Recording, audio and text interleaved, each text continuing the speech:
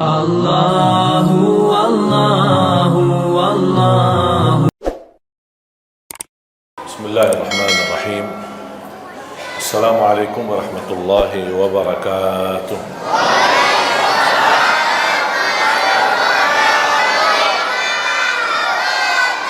Alhamdulillahi rabbil alamin. Ashhadu an la ilaha illallah wahdahu la sharika lah, ولي الصالحين، وأشهد أن سيدنا ونبينا محمدا عبده ورسوله الصادق الأمين. اللهم صل وسلم وبارك على سيدنا محمد وعلى آله وصحبه ومن تبعهم بإحسان إلى يوم الدين.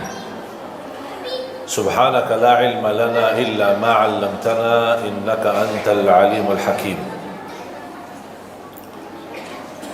Para alim ulama, para kiai, para asatiz, para pembina Masjid Al-Huda dan juga pengurus dan seluruh keluarga besar DKM Masjid Al-Huda, semoga semua diberkahi Allah Subhanahu wa taala.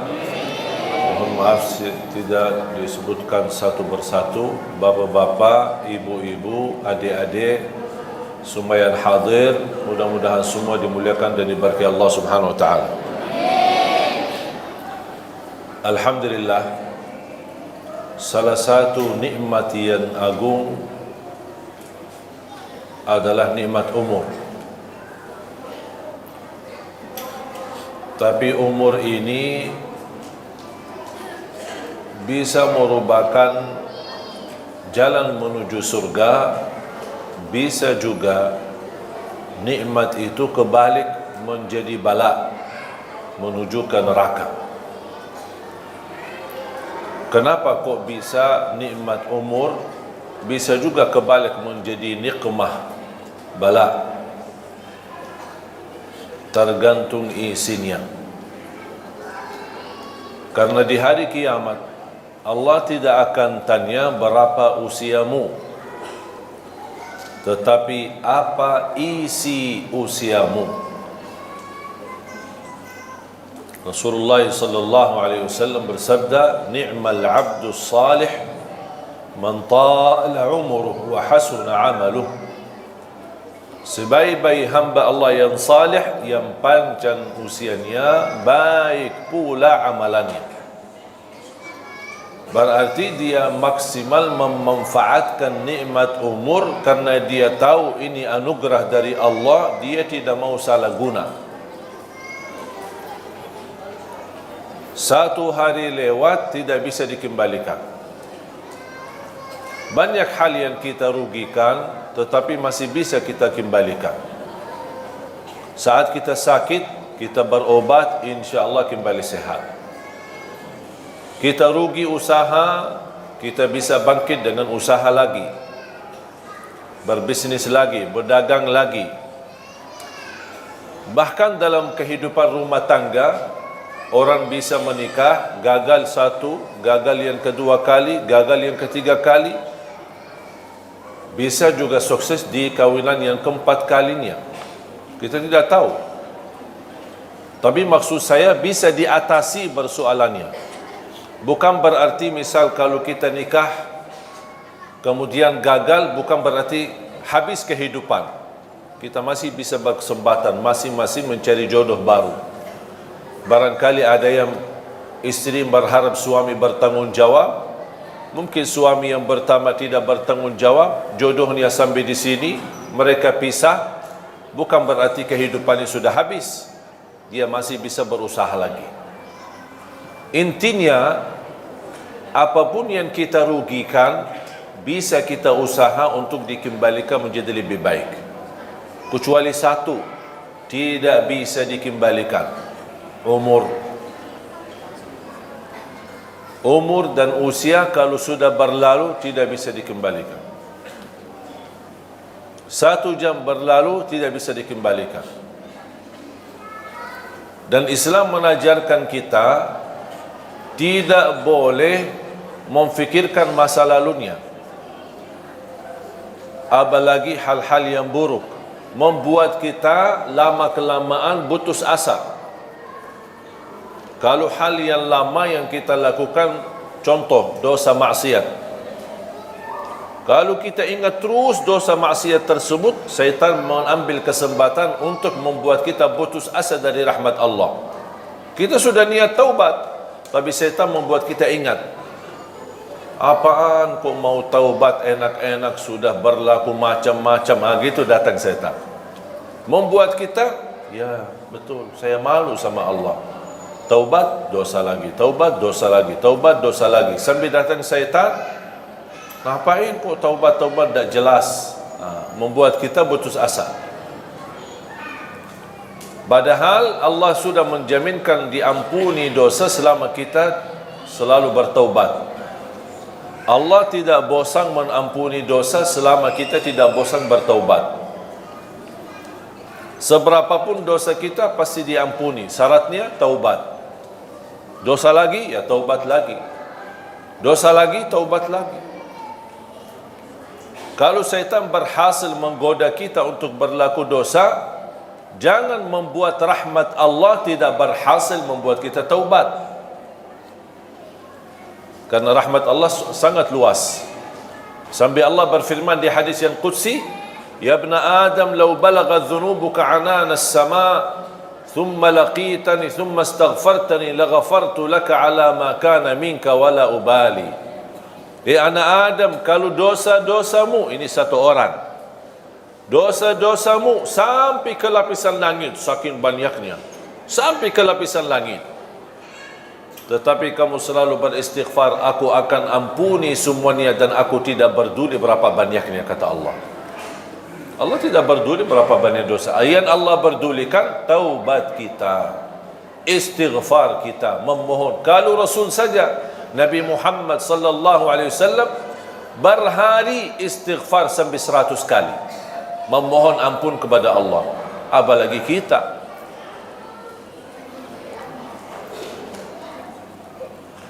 Hal-hal nikmat yang sudah berlalu, kita tidak boleh kita lupakan. Pasti kita ingat. Bahkan kalau kita hitungkan dalam usia kita, mana yang lebih banyak kita hadapi?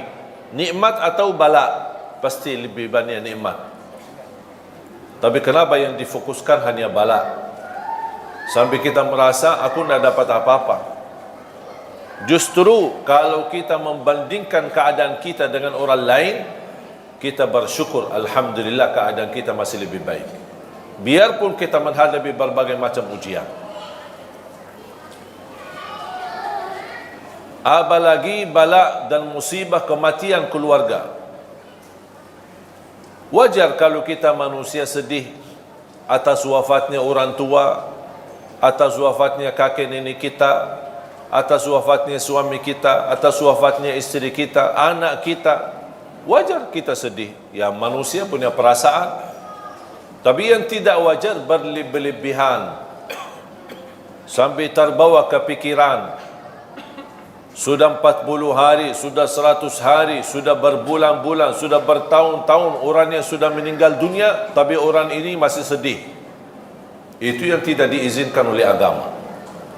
Karena kesedihan ini membuat terganggu hubungan kita sama Allah. Islam mengizinkan kita boleh sedih, tapi ada batas kesedihan. Selepas itu beraktivitas kembali. Kita semua bakal mati. Semua kita akan mati. Yang berguna bukan kesedihan kita terhadap orang yang kita sayangi yang sudah wafat, tetapi doa kita yang berguna. Doakan. Doakan. Saya pernah diundang acara takziah, tahlilan. Kemudian ada sambutan sebelum masuk ke acara inti. Ada sambutan A, sambutan B, ini termasuk acara yang paling cepat. Sambutannya cuma sebentar dan satu orang. Baik, yang lain acara sambutannya panjang lebar. Sampai mungkin satu kampung sambutan, baru saya ceramah.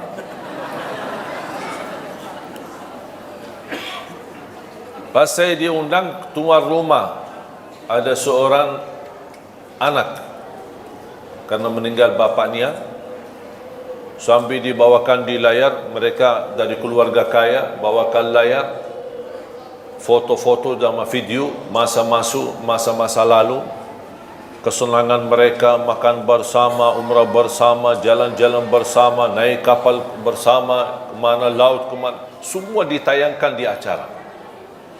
Sambil anak ni yang perempuan ini sambil cerita bagaimana ayahnya, bagaimana kasih sayangnya, sambil nangis. Saya fikir baru kemarin meninggal, ternyata sudah 1 tahun. Dan segitu sedihnya, nangisnya. Itu yang namanya berlebih-lebihan. Bukan masalah acaranya, kesedihan itu tidak boleh, karena bisa menjadi tanda kita tidak menerima takdir Allah. Dan syaitan mengambil kesempatan masuk di situ. Coba, apa salah ayahmu sambil dicabut nyawanya, padahal ayah kamu kan baik. Begitu bisikan syaitan, membuat kita kefikiran. Padahal kita tahu kematian itu hakul yakin, semua bakal mati. Kalau ada yang boleh kekal, itu Nabi Muhammad sallallahu alaihi wasallam.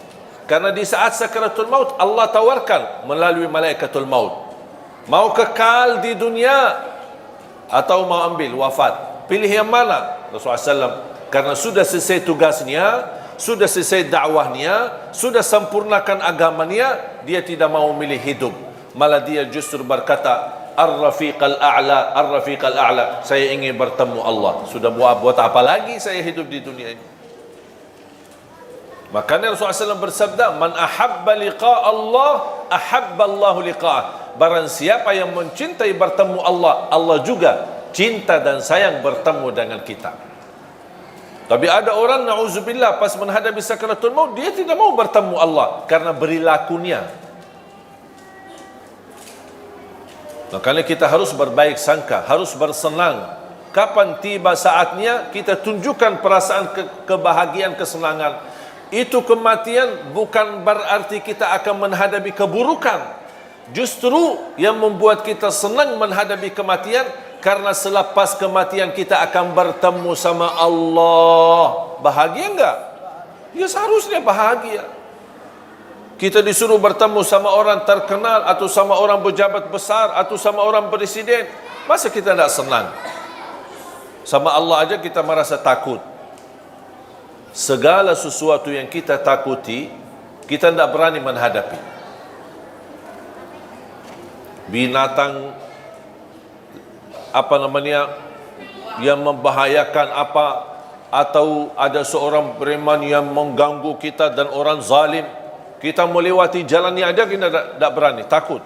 Segala sesuatu yang kita takuti pasti akan kita melarikan diri dari apa yang kita takuti. Kecuali satu, kalau kita semakin takut pasti akan semakin dekat. Siapa? Allah. Tak ada orang mukmin yang takut sama Allah tapi dia kabur. Mau kabur ke mana? Mau ke mana lari? Tak ada yang bisa tolong selain Allah. Makanya semakin kita takut, justru semakin kita cinta, semakin kita dekat sama Allah. Bukan takut dihukum, tapi kita merasa ada rasa takut karena belum mampu menyempurnakan hak Allah. Ini yang membuat kita semakin enak, semakin dekat, semakin senang, semakin suka beribadah, semakin suka berzikir. Karena hubungan kita sama Allah tidak boleh terlepas dari 3 hal. Rasa harap, rasa takut, dan di atas ini semua adalah rasa cinta. Jadi bukan yang membuat kita mau beribadah karena kita mengharapkan saja, tapi yang membuat kita terdorong beribadah karena saya cinta. Masalah harapan itu belakangan, tahap yang kedua. Yang membuat saya takut menjauh dari dosa dan maksiat, menjauh dari durhaka sama orang tua, menjauh dari hasud, menjauh dari dengki, menjauh dari sifat sombong dan dosa-dosa yang lain. Apa yang membuat? Bukan karena dilarang dan saya takut melanggar larangan Allah, yang membuat saya takut tidak berbuat dosa maksiat karena saya cinta sama Allah. Akhirnya kalau kita semakin cinta sama Allah, nikmat, harapan dan ketakutan akan semakin sempurna. Karena Allah tidak mau juga kita takut sampai putus asa. Takut dihukum, takut karena dosa maksiatnya terlalu banyak, menzalimi orang macam-macam. Jadi rasa takut semestinya membuat kita semakin dekat sama Allah. Sampai Rasulullah SAW bersabda, Inni la atqakum lillah wa akhsyakum lah. Aku yang paling bertakwa kepada Allah, kata Rasul, dan aku yang paling takut kepada Allah. Bapak Ibu jamaah sekalian dimuliakan Allah SWT, kembali lagi, yang mendorong kita saat beribadah tidak boleh terlepas dari 3 poin atau 3 hal. Harap.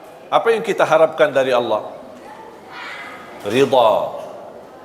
Kita harap Allah ridha. Kalau Allah ridha sama kita, beres, sudah selesai, tidak ada masalah. Kalau Allah ridha, berarti ibadah pasti diterima. Kalau Allah ridha, kekurangan pasti dimaafkan. Kalau Allah ridha, dosa pun Allah akan tutupi, karena Allah sudah ridha. Ada rasa takut, bukan takut dihukum, tetapi kita takut semakin beribadah, tapi ada rasa takut, jangan-jangan Allah tidak mau terima amal ibadah saya.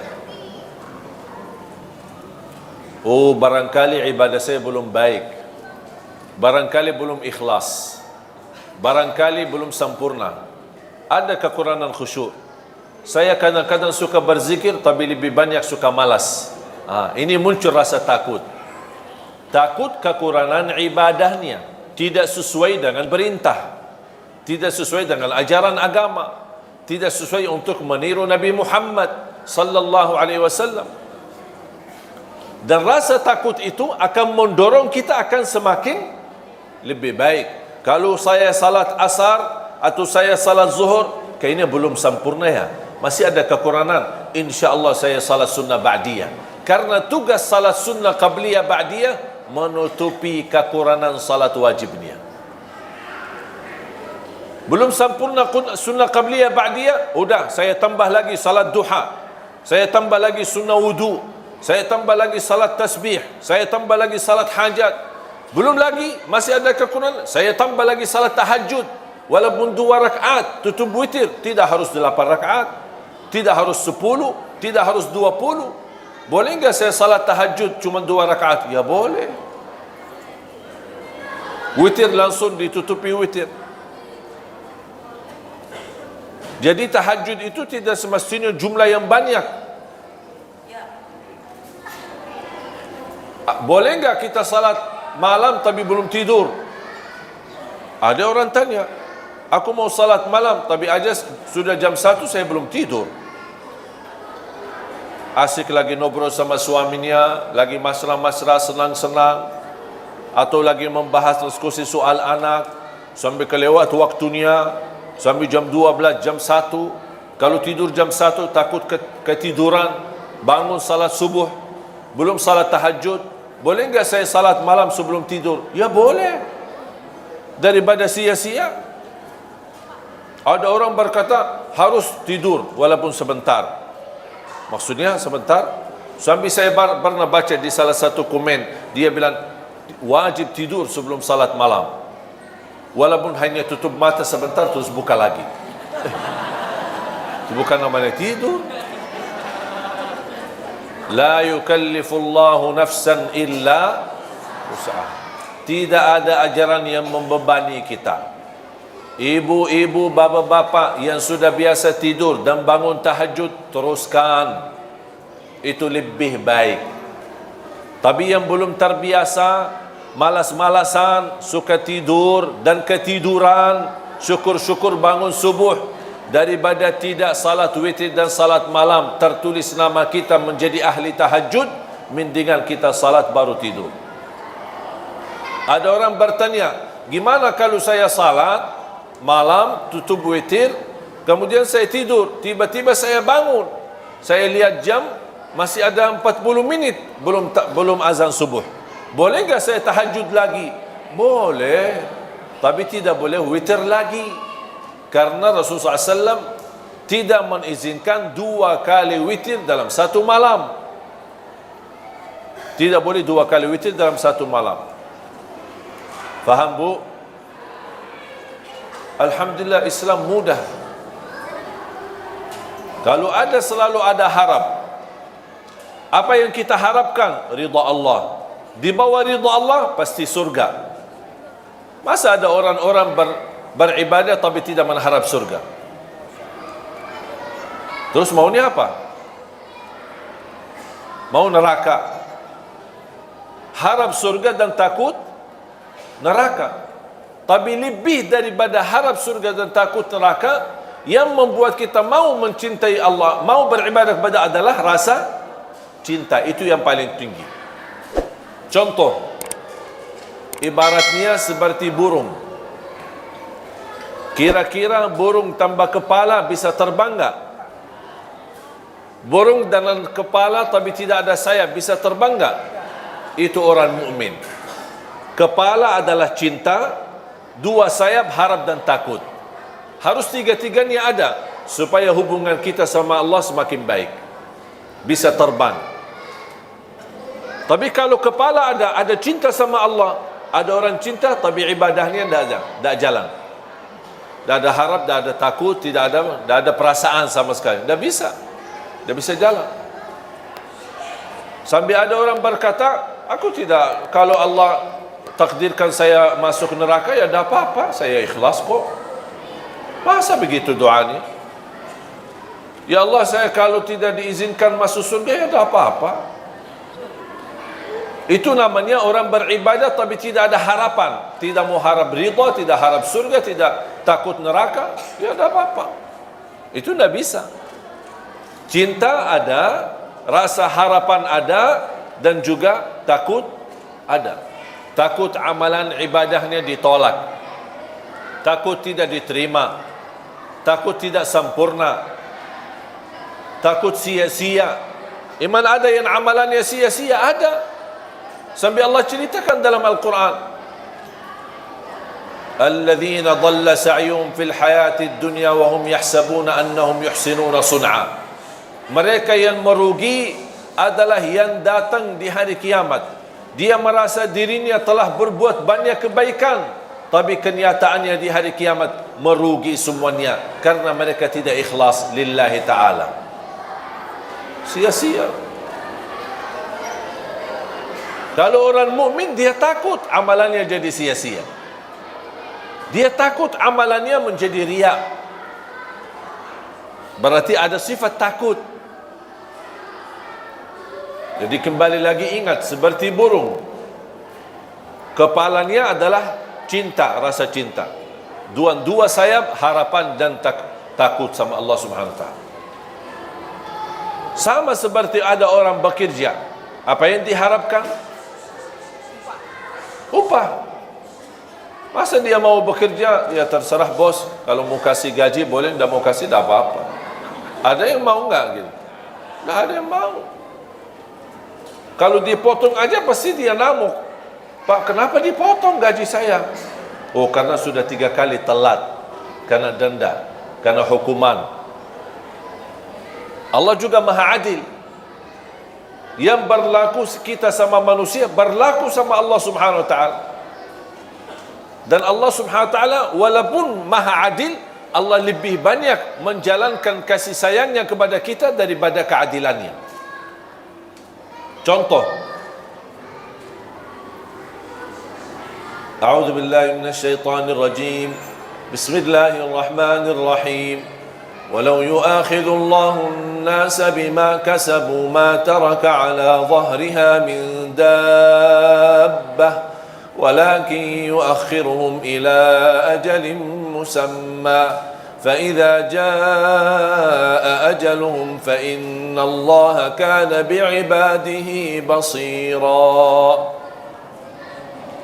Surah Fatir, surah 35 ayat 45. Sekiranya Allah menghukumkan manusia atas setiap salah, niscaya tidak ada makhluk yang mampu hidup di muka bumi.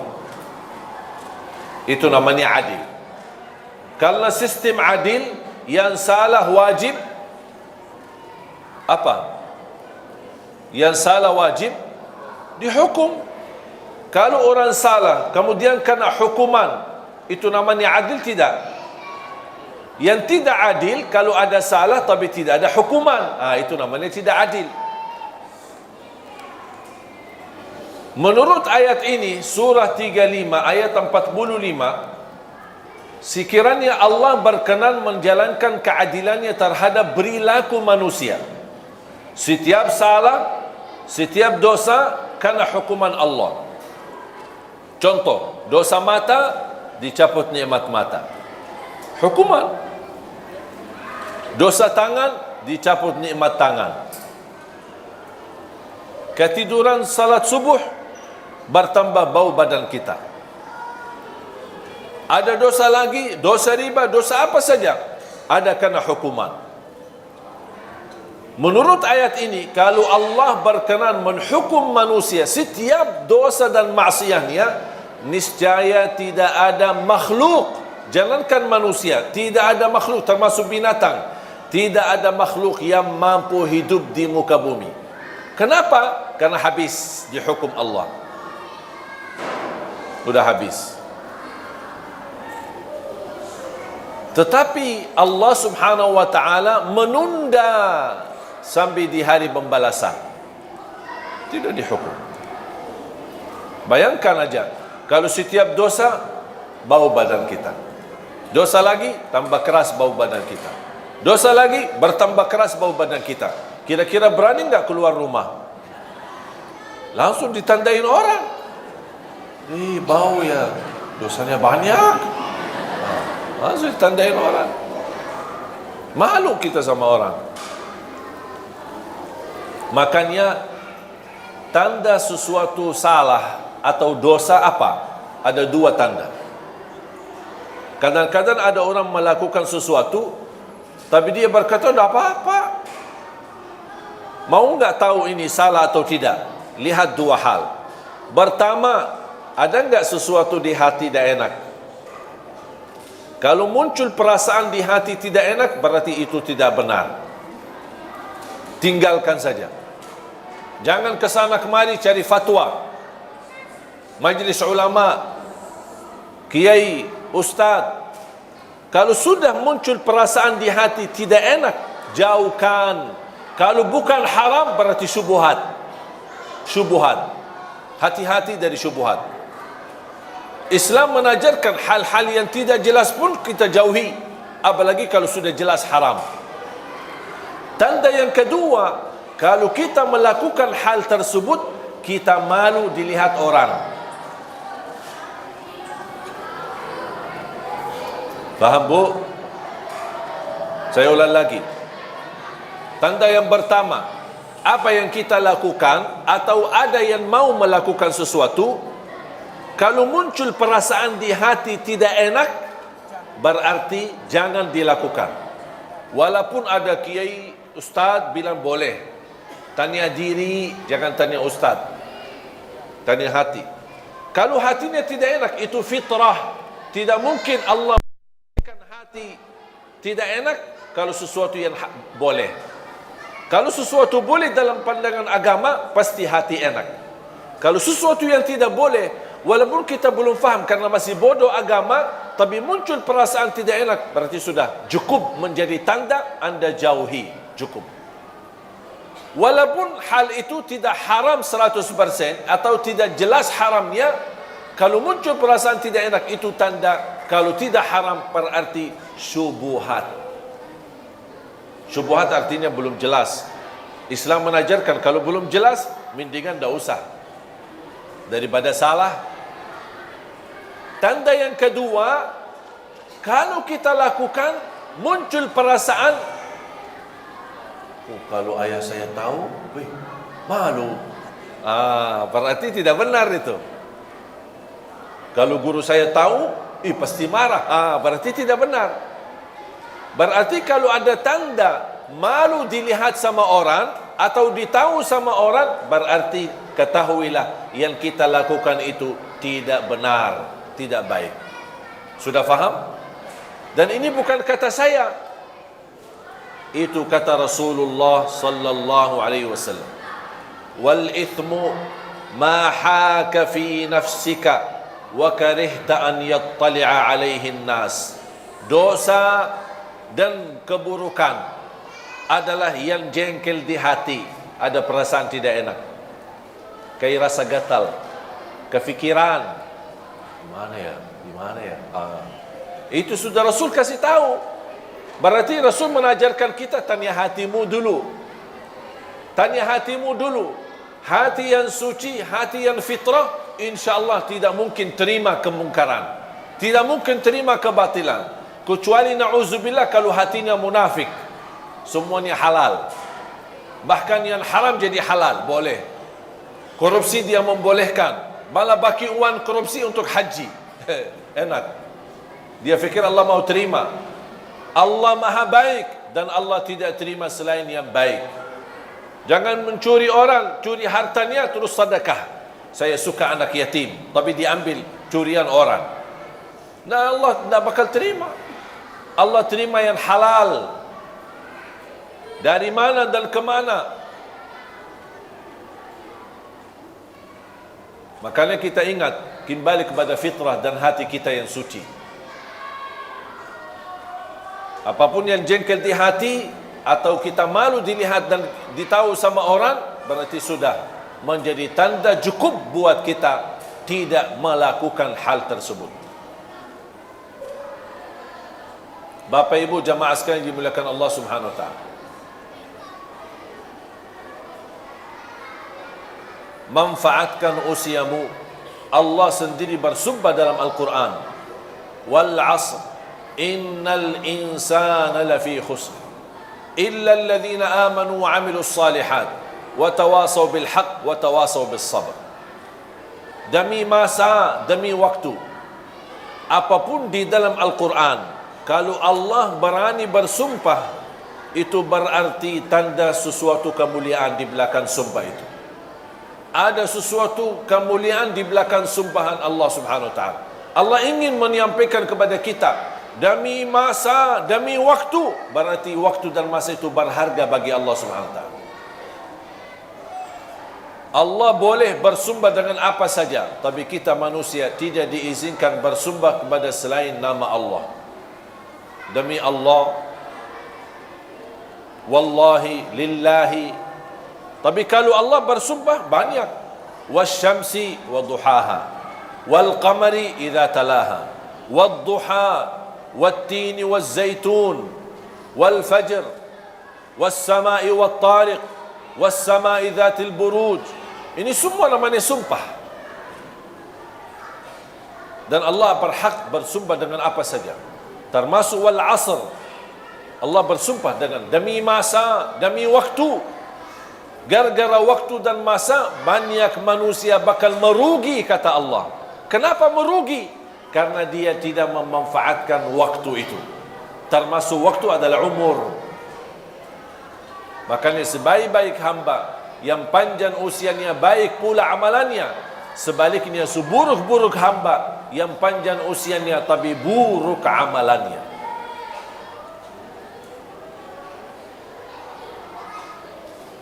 Jangan sampai menjadi orang yang merugi. Masih diberikan apa lagi nikmat sehat. Manfaatkan nikmat sehatmu sebelum kesakitanmu. Jangan kita hanya kenal Allah pas saat sakit. Sudah sakit, tidak akan maksimal. Dulu masih sehat, tapi tidak salat. Pas begitu sakit, tidak bisa berdiri, terpaksa salat duduk. Makanya di dalam keadaan duduk, pasti pahalanya tidak sempurna. Siapa yang diberikan kesempurnaan pahala ketika dia sakit? Kalau dia di masa sehat, tetap masih beribadah. Ketika dia sakit, Allah tidak akan menurani kesempurnaan pahalanya. Karena dia di masa sehat tetap jaga ibadah. Beda sama yang dikurangi pahalanya. Di masa sehat dia tidak beribadah, pas di masa sakit dia ingat sama Allah. Allah tidak akan sempurnakan pahalanya.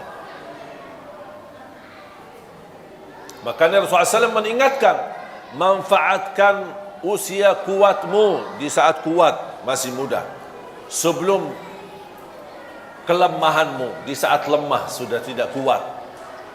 Manfaatkan usia mudamu sebelum usia tuamu. Manfaatkan kekayaanmu sebelum kemiskinanmu. Manfaatkan usia kesehatanmu sebelum kesakitanmu. Manfaatkan kehidupanmu sebelum menghadapi kematianmu. Ini Rasul mengajarkan, manfaatkan. Pasti orang yang lagi sehat beda sama orang yang sakit. Yang sehat kan masih bisa beraktivitas, ikut bantu panitia, ikut masjid, bisa bola balik ke masjid. Kalau yang sakit, tidak setiap waktu bisa ke masjid. Makanya Rasul mengajarkan, manfaatkan nikmat sehatmu. Di usia muda tidak mungkin sama dengan usia tua. Aktivitasnya pasti berkurang, apalagi sudah pensiun. Apa sih, mau kemana sih? Dah ada, diam di rumah sambil ribut-ribut di rumah, sambil semua keluarga besar merasa terganggu. Pak, dah ada kerjaan ya? Oh, lagi dah ada kerjaan, sudah pensiun. Matiin TV, hidupin TV, matiin AC, hidupin AC. Mau kemana? Dari mana? Sudah dah ada kerjaan lagi. Dah ada kerjaan. Beda sama orang yang ada kesibukan dalam kebaikan.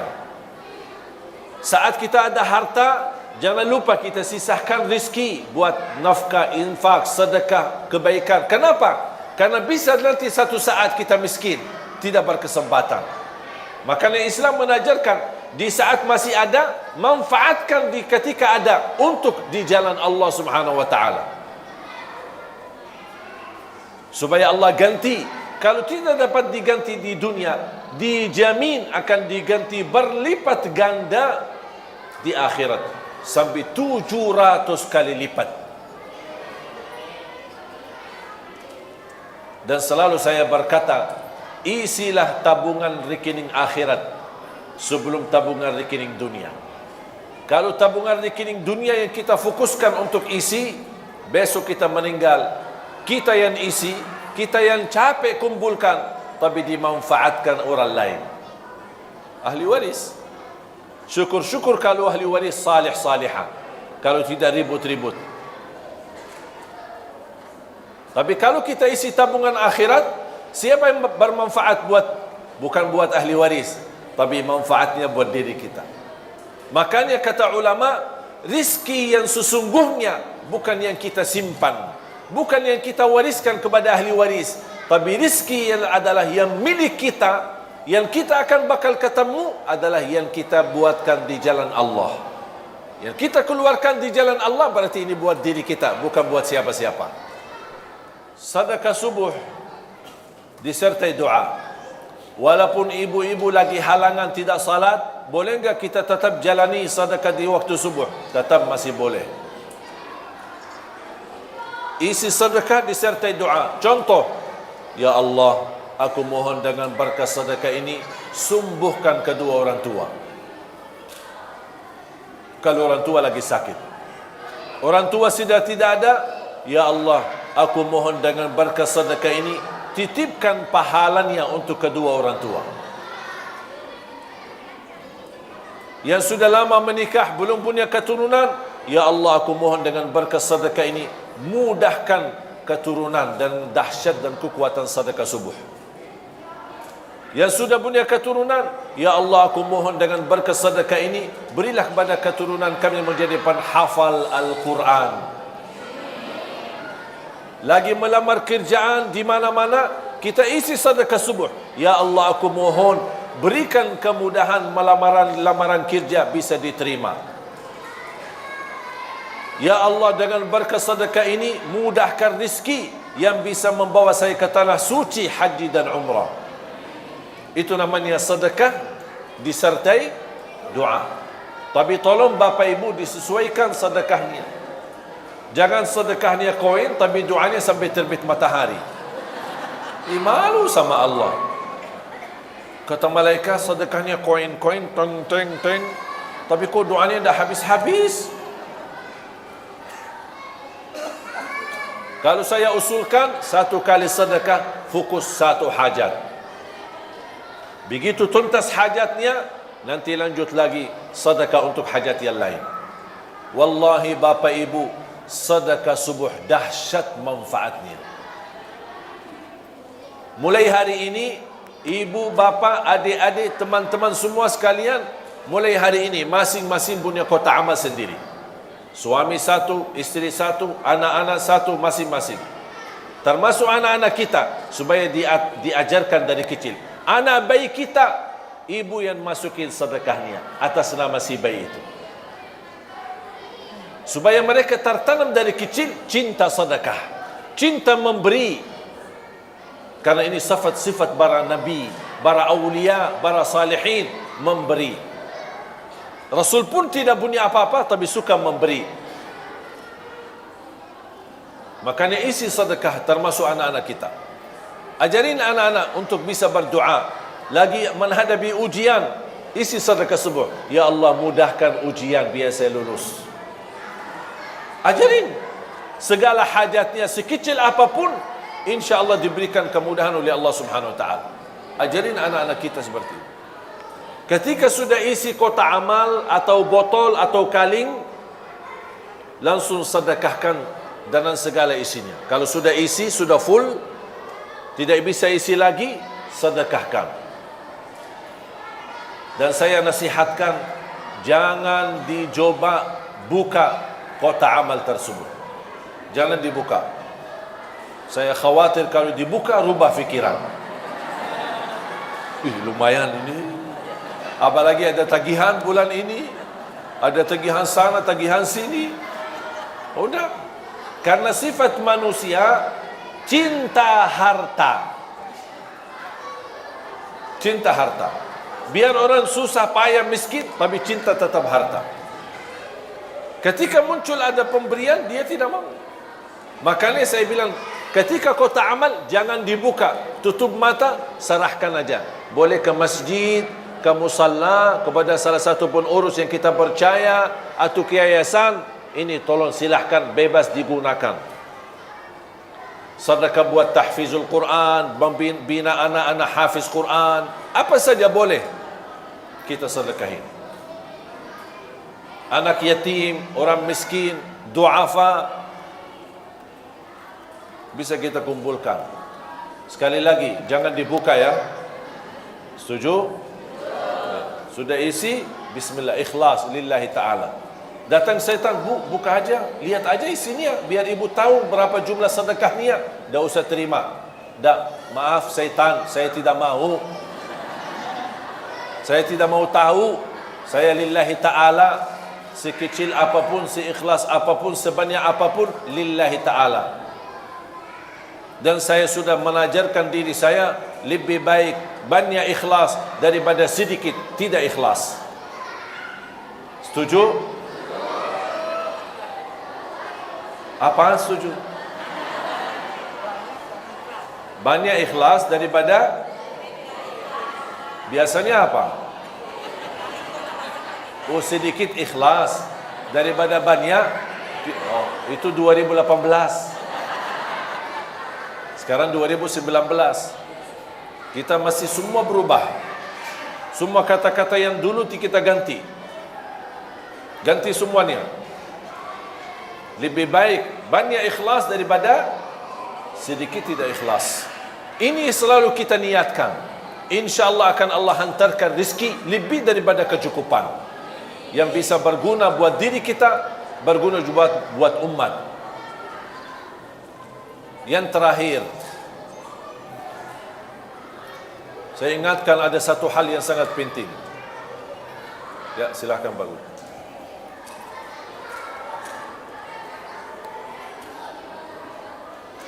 Hati-hati daripada dosa jariah.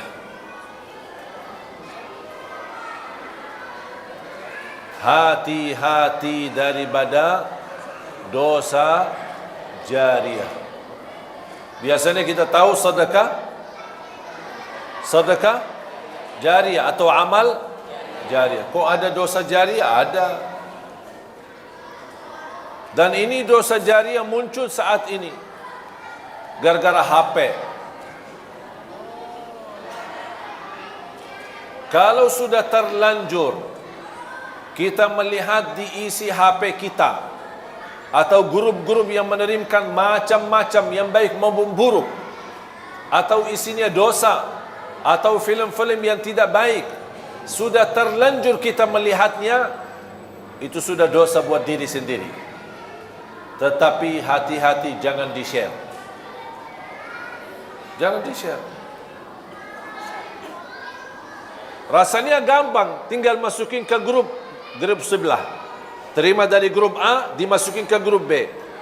Tapi kalau sudah masuk ke grup B, akan disebarkan kemana-mana. Itulah yang akan kita bawa dosanya sampai hari kiamat. Kita mati, tapi buku amal belum tertutup, karena ada isi dosa-dosa terus. Yang kita harap, buku amal terbuka, supaya kebaikan yang terisi, sedekah jariah kita, amal jariah kita, bukan dosa. Hati-hati jemaah sekalian.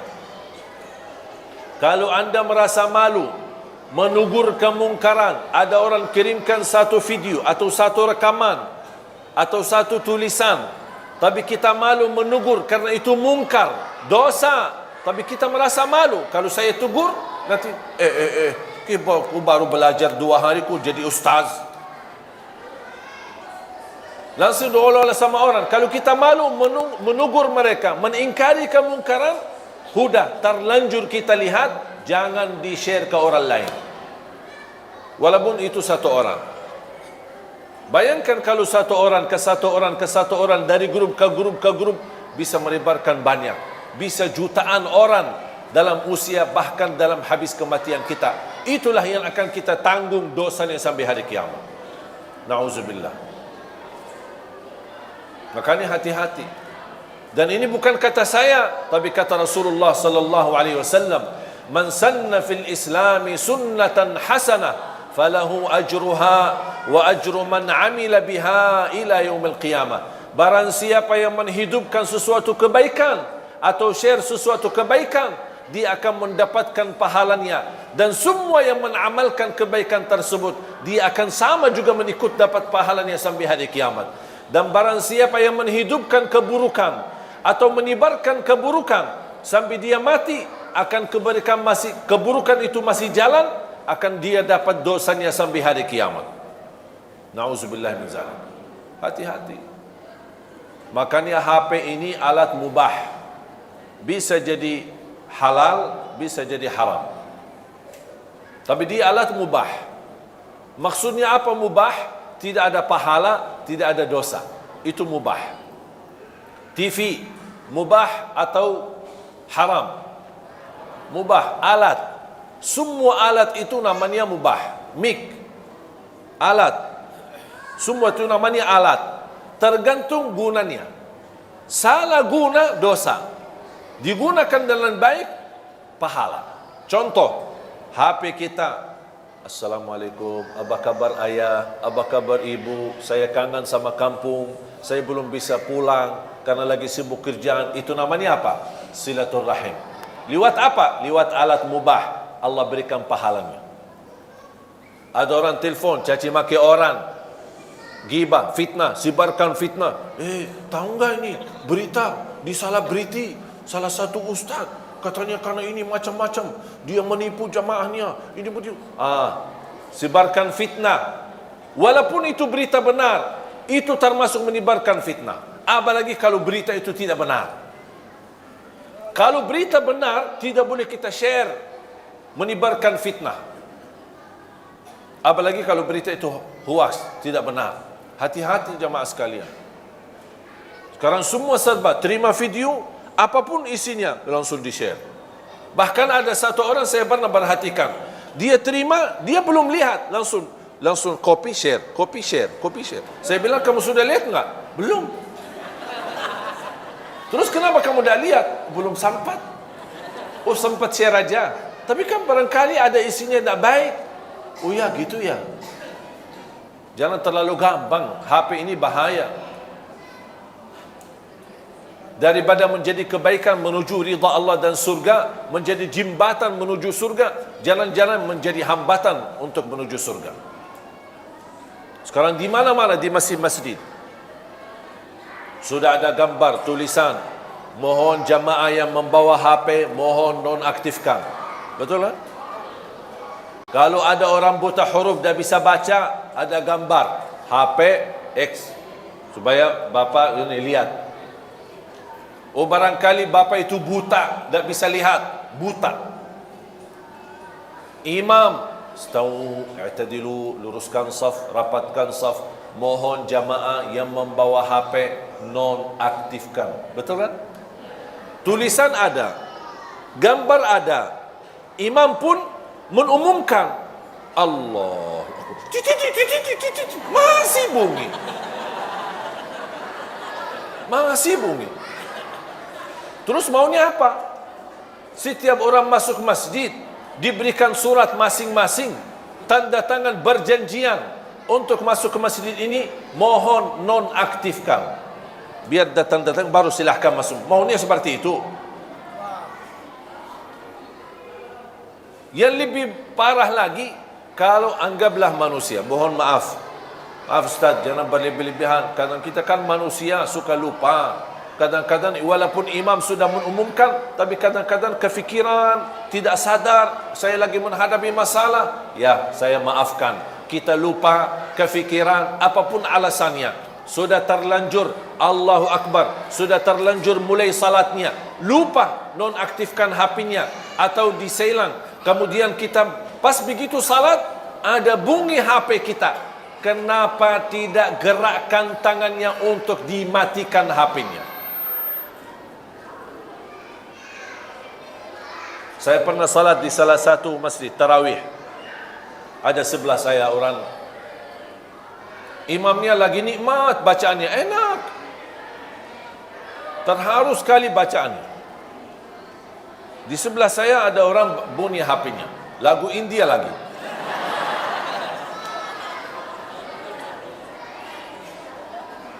Alhamdulillah tidak bunyi lama, sebentar yang ini terus mati. Alhamdulillah. Walaupun hilang kekhusyuan sebentar, tapi bisa kembali lagi fokus untuk menikmati bacaan imam. Bunyi lagi HP-nya, tapi lama sekali. Dan orang yang di sebelah saya diam gini. Kayaknya khusyuk. Itu bukan khusyuk, pura-pura khusyuk. Mati. Pas yang ketiga kali, karena imam itu di salah satu masjid bacaannya panjang, lebih dari satu halaman, satu rakaat. Masih bunyi lagi yang ketiga. Pas yang ketiga saya tidak sabar. Saya langsung begini. Ya, ingatkan, barangkali dia tidak sadar, saking khusyuknya dia tidak dengar HP-nya. Itu namanya saking khusyuk. Makanya saya berbaik sangka, oh barangkali khusyuknya luar biasa sampai HP-nya sendiri dia tidak bisa dengar. Makanya saya ingatkan. Dia tidak ada respon. Kita ruku', sujud, rakaat yang kedua, bunyi lagi HP-nya. Yang aku heran, kok bunyi pas bacaan imam lagi enak. Saya tegur lagi, tidak ada. Akhirnya saya terpaksa, Pak, matiin HP-nya. Saya batal salat. Terus mau gimana? Dari tadi diganggu, kekhusyuan kita lagi berupaya. Salat kita kan lagi mujahadah. Khusyuk, hilang khusyuk. Khusyuk, hilang khusyuk. Khusyuk, hilang khusyuk. Akhirnya saya terpaksa, Pak, matiin HP-nya. Dia kaget. Oh, ini rakaat yang kedua. Pas begitu selesai salat, dia bilang, mohon maaf, saya memang dari tadi dengar, tapi saya dapat satu pelajaran, katanya gerakkan tangannya 3 kali, batal salatnya. Saya bilang, dosa mana yang lebih besar? Gerakkan tangannya 3 kali, matikan HP, atau mengganggu ratusan orang di masjid? Mana yang lebih besar dosanya? Kadang-kadang hukum fikih jangan salah kita fikirkan. Tergantung kondisi dan keadaan. Kalau seperti ini, gerakan tangannya, matikan HP-nya, lanjut salatnya. Daripada mengganggu ratusan orang yang lagi nikmati salat khusyuk. Kadang-kadang orang salah memahami persoalan fikih, tapi akhirnya dia membawa dosa yang lebih besar gara-gara masalah fikih yang kecil. Oleh kerana itu jamaah sekalian, nikmati usiamu. Kalau kita terlanjur dosa, ingat, alhamdulillah masih dibukakan kesempatan bertaubat. Dosa lagi, taubat.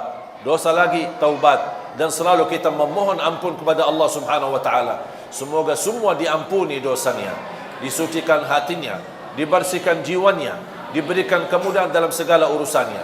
Ya Allah, atas izinmu kami sama-sama berkumpul di masjid ini. Berilah kepada kami kemuliaan, sama-sama bertemu kembali di dalam surga-Mu ya Allah, bersama Nabi Muhammad sallallahu alaihi wasallam. Ya Allah, berikan kepada kami kemudahan bisa ke tanah suci, haji dan umrah dan ziarah Nabi Muhammad sallallahu alaihi wasallam. Birahmatika ya arhamar rahimin. اغفر لنا وللمسلمين والمسلمات والمؤمنين والمؤمنات الأحياء منهم والأموات. Ya Allah, rapatkan saf kami, satukan hati kami, rapatkan saf para ulama-ulama kami, para kiai kami, para habaib kami, agar mereka mampu bersatu membina umat ini agar menuju ridha-Mu ya Allah, untuk menjadikan Indonesia baldatun tayyibatun wa rabbun ghafur. Birahmatika ya arhamar rahimin. Rabbana atina fid dunya hasanah wa fil akhirati hasanah wa qina adzaban nar. Walhamdulillahi rabbil alamin.